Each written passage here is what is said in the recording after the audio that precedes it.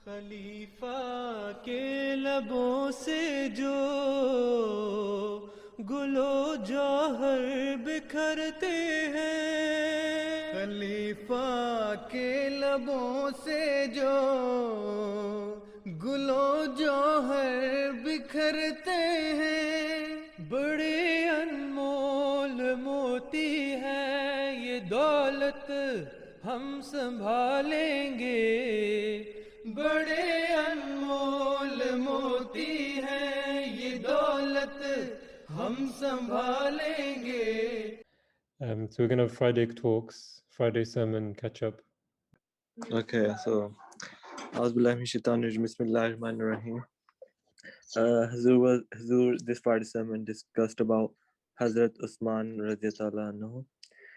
Hazrat Khalifatul Masih Aid Taliban stated that today I'm going to narrate about the incidents and different wars they were fought in the era of Hazrat Usman radiallahu anhu.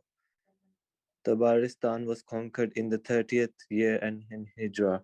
History records that when Muslims defeated the French and the Barbars, they gathered in front of the Emperor Constantine and raised such massive army against Muslim which had never been seen before.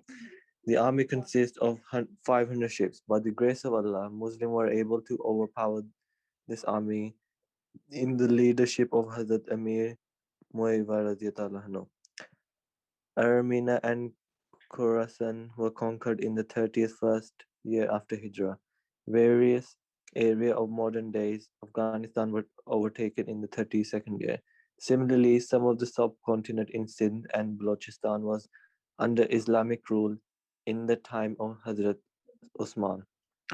Hazrat Aisha radiallahu anha narrated that the Holy Prophet sallallahu alaihi wasallam once said to Hazrat Usman radiallahu anhu that, is it possible that Allah will provide you a shirt to wear? If people try to take it away from you, do not let them do so. This prophecy was about about his Khilafat and the opponent he will face. History records that many trials and tribulation for Muslim took rooting during the Khilafat of Hazrat Usman radiallahu anhu. Hazrat Muslim Maud radiallahu anhu has explained these incidents in detail. He has explained that both of these righteous individuals, Hazrat Usman and Hazrat Ali, are amongst the earliest followers of Islam. To question their honesty, integrity, and taqwa is equivalent to allegation upon Islam. These righteous individuals and their close confidant are blameless and free from all such wrong accusations. Moreover, Hazrat Muslim Maud has explained that some claim that the reason of these tribulation and infighting was Hazrat Usman innovations. Of others claim that Hazrat Ali was plotting to get his hand on the seat of Khilafat. These accusations are far from the truth. In reality, there were other causes and other plotters. Hazrat Usman was such a pure individual and had served Islam so much that the Holy Prophet ﷺ had stated that he can do whatever he pleases and Allah will not call him to account. This meant that he had become so pious that none of his action can be against the will of God. Similar was the case of Hazrat Ali, that none of his action was against Allah's will. Hazrat Khalifatul Masih Aidat Allah bin Yasir mentioned the plans and plots that were devised against Islam and companions of the Holy Prophet ﷺ in this era. These were done by Jews who were against Islam and were aided by Muslim or weak faith. Similarly, Hazur Anwar answered in details the allegation that leveled against Hazrat Usman radiallahu anhu. The center of these plotters was Kufa. However, certain incidents also took place in Medina, which shows the depth of the influence. Hazrat Khalifatul Masih mentioned some individuals who have recently passed away. One, Abu Qadir Sahib of Peshawar. He was martyred by gunshots while gathered with members of the Jamaat for Zohar prayer. He loved Khilafat Ahmadiyya dearly and was a very fond of the Tabligh, which often resulted in his opposition to Akbar Ali Sahib. He was a prisoner in the way of Allah. He, he passed away in Sheikhupura jail on February 16 due to a heart attack. He was brave and pious individual. Third, Khalid Bhatti Sahib. He was serving Naib Sadr Ansarullah and served in different departments of Tariq-e-Jadid.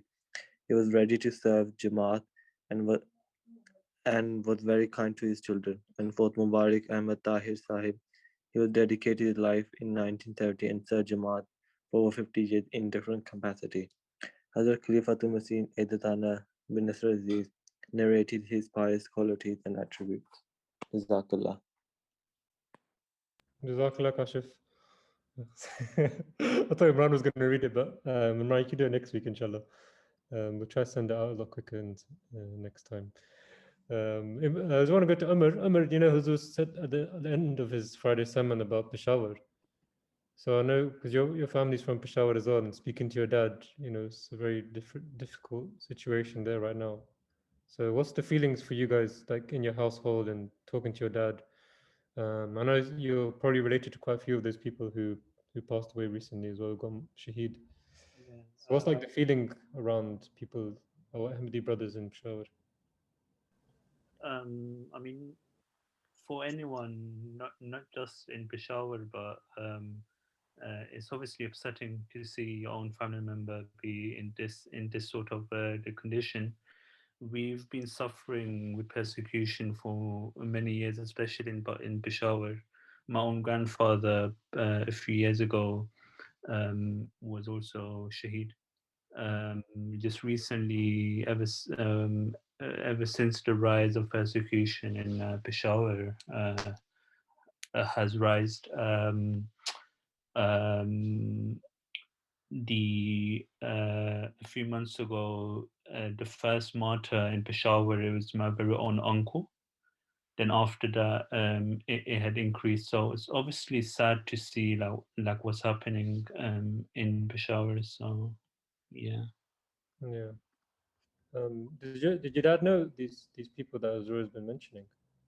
Majority of them, as I said, so um, the ones who's been martyred quite recently, yes. As I said, also one of them has been my uncle, so my mamu. Yeah. So yeah. Mm. It's really sad because obviously in Peshawar, I think a lot of you guys know each other quite well. You know who the Ahmadis are and things. And I was even speaking to Sadr Saab Wolverhampton, who's also from Peshawar. He was saying from his family, a lot of people are leaving there and going to Rabwa, leaving their homes and leaving all their works and their clinics, as Azur mentioned, to come down to Rabwa. So Rabwa's, you know, it was a I big think blessing for I Ahmadis. think in Rabwa they're what's the word? So in Rabwa they're assisting the Ahmadis that are coming from Peshawar and giving them like their accommodation. So yeah. That's amazing. Alhamdulillah. Yeah, just guys, as Azur keeps saying, literally at the end of his last few Friday sermons, he carries on saying, you know, no matter what the khutbah is about, he always gives time to say to pray for Pakistan. And it's so important to remember them in your prayers. Have one or two, in one sajda at least, just say a few words and pray to Allah for the situation in Pakistan. You know, Peshawar has gone crazy. One person was telling me like they're starting to get these young people, and they train them up, and they're so heartless that, you know, even when the police ask them, "Did you do it?" and they say yes, like straight up, and they have no remorse or no feelings against what they did, because they've been told since they were kids that, you know, Ahmadis are Muslims and they're wajib al-qatl. You know, they're they're meant to be killed, and you'll get rewards for killing them. So this is like the situation now in Peshawar. You know, that's Khudam al-Ahmadiyya. We're brought up to have sentiments for other people, even if no matter who they are, we still have some sort of remorse for them, and we pray for them and pray for enemies. But unfortunately, on the other side, people who are calling themselves Muslims in these countries, Peshawar, Afghanistan, and Pakistan, and other areas in the world, they're brought up to only hate other people. So that's why Khuddam al-Ahmadiyya is like a really huge blessing that we're all able to come together. I think I read last week as well why Khuddam al-Ahmadiyya was set up by Khalifa Sani Rizwan, who to make sure the youth gain closeness to the Jamaat and gain closeness to Allah. And that's exactly what we are trying to do in Khuddam al-Ahmadiyya. Jazakallah Amir for that contribution.